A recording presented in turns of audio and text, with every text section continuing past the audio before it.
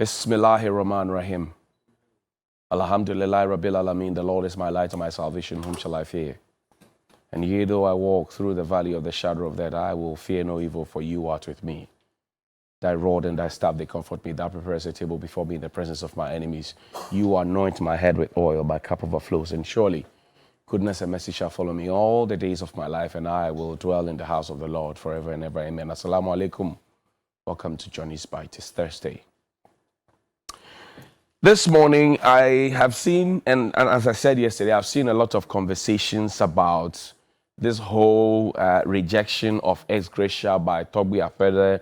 The analysis that have been done on various platforms, the rebuttal from the palace, and what have you.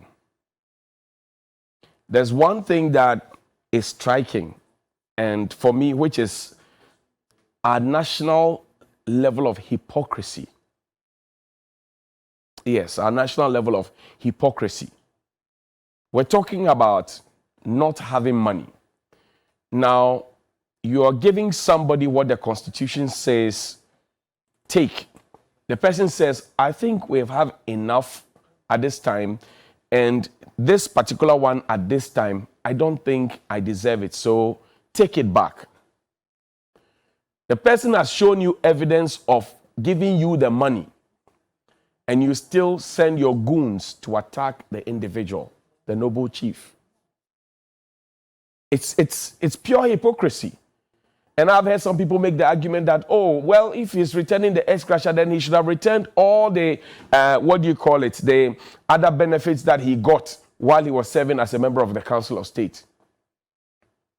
When the First Lady paid back the monies that people agitated, the salaries that the spouses of the first gentleman and the second gentleman, and if you like, the wife of President Mahama and President Kufuor, when they returned their monies, did we also ask them to return the benefits that they had? I would have wished that at this time we would have been told that, oh, whatever is being deducted from the salaries of the members of the executive is going into X account, and will show evidence to the people that this is how much we accrued. We have not done that. The person who has gone through the pain over and over again, tried and has actually paid the money into the state coffers and showed you evidence, he is the one that you are vilifying.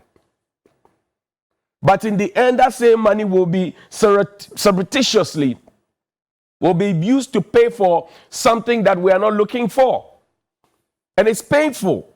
It's painful to know that we say we are building a national cathedral, and God's house is the house of truth. But we are building God's house on a land of lies. A cathedral is God's house. But we are building the house of God, which is the house of truth, on a pack of lies. We were told that the National Cathedral would not have any kind of public funds anywhere around it. We had men of God tell us that we should not oppose it because it is not going to be state coffers that will be used for it. Now there's glaring evidence that state coffers have actually been used for it, and it was without the tacit approval of the representatives of the people, which is Parliament. So, how do you feel this morning knowing that your money is being used for something you did not ask for something that you perhaps do not need, and it is being used forcefully and deceitfully, and you are it's been explained away with dry jokes and religious bigotry? How do you feel? If we had our priorities right, I'm not saying we can solve all our problems, but we have our priorities right, we will not be talking about some of these things. But yes, here we are, we're talking about it. And I have said before, in this country, when a matter comes up and religious and spirituality steps in, common sense flees, confusion runs in. In this country, we can have a very sane conversation. As soon as somebody throws in the twist of religion and spirituality, common sense will run away from the room, confusion will run into the room, haywire. That's where we are now with all this conversation. How is it that as a country we decided that these are the processes to approve payment? We have sidestepped the processes and we have gone ahead to make payments. And when you ask questions, they say, you don't like God. Who told you God enjoys lies? Who told you? And deceit? Who told you? So I'm saying that whatever money has been returned by the noble chief Toby Afede, and take it or leave it, they may put pressure on other members of the Council of State and other people who have drawn from the consolidated funds for a long time to say, Charlie, please, let's also give small to our country. At this point, everybody must contribute. That's why yesterday I asked, you are asking the young people of this country to contribute to sacrifice. What are our leaders sacrificing? And can there be patriotism on an empty stomach? No. So I've heard the narratives, the different nuances, trying to, pick the noble chief and make him look, but think about the bigger picture. The Council of State, as we have now, are shedding off 20% of what they earn every month for that part-time job, which pays more than many full-time jobs in this country. Is that hypocrisy too? Should they also give off everything else that they are getting as part of benefits? Members of the executive and appointees, some who are declaring losses as head of state-owned agencies and enterprises.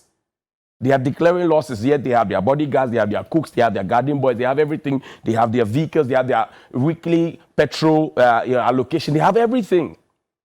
But they are giving us 30% of their salary, even though we don't have evidence to prove that this is how much has been deducted or accrued for the month of May when we started, and this is where the money is going. We still are happy and we applaud them. Should they also give off all the benefits? That's the level of hypocrisy I'm talking about. It is the level of hypocrisy that makes us see white and say it is black, which is why we are not able to tell the president in the face that this is wrong. And when you are bold enough to say, they say you are disrespectful, but they cannot say what aspect of what you have said is disrespectful. The truth is one, it's bitter, it's painful, but it is what heals. I want to prick your conscience this morning. Danny, play Dr. Atakenegidi's video for me. Hello, good day, fellow Ghanaians. Greetings to you wherever you may be. I wanted to take this opportunity to offer some support to Toby Afede. Regardless of his motives, I think giving 365,000 back as EX-Gratia that he thinks he did not deserve is a thing we should celebrate. We do not support good acts because whoever did those acts has always been a saint. I supported Sam Johnnie's comments about our country because what he said was right. I have supported the stance of people for good effects because whatever they did in particular at that time was a good thing. As a soccer fan, I have seen Ronaldo miss many scoring chances, but when he scores, I celebrate. I saw Kwesi Owusu and Abukari miss a lot of goals, but when they scored, I celebrated. So in the same way, we should celebrate what Toby Afede has done.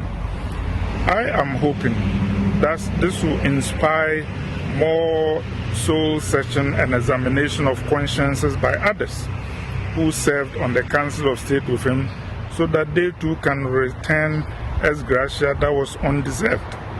I hope that this will lead, for example, to soul-searching by parliamentarians who've gotten EX-Gratias 5 or 6 times, something that you are supposed to get for only one retirement. And when these things happen, then it will be good for our country. But more to the point, I hope that Toby Afede's behavior and the conversation he has started will lead to an honest re-examination of Article 71 benefits and the fact that it is gradually becoming organized stealing that is morally unjustifiable. I think we should cap it, and I think that we should look at how, for example, we ended up paying even the spouses of the first and second gentleman's salaries and all those abuses of the retirement benefits system that is going on in our country. Thank you for Toby Afede. Let's take this chance to make some reforms so our country can move forward. We should praise good things because small good things eventually can lead to big good things. Wise man, good morning and thank you very much. Again, I like your closing thoughts that this should inspire a national conversation. And yesterday, we got a special explanation as to how this situation obtains and why it obtains. Because as it stands now, there are ministers and MPs who are drawing salaries of the previous regime.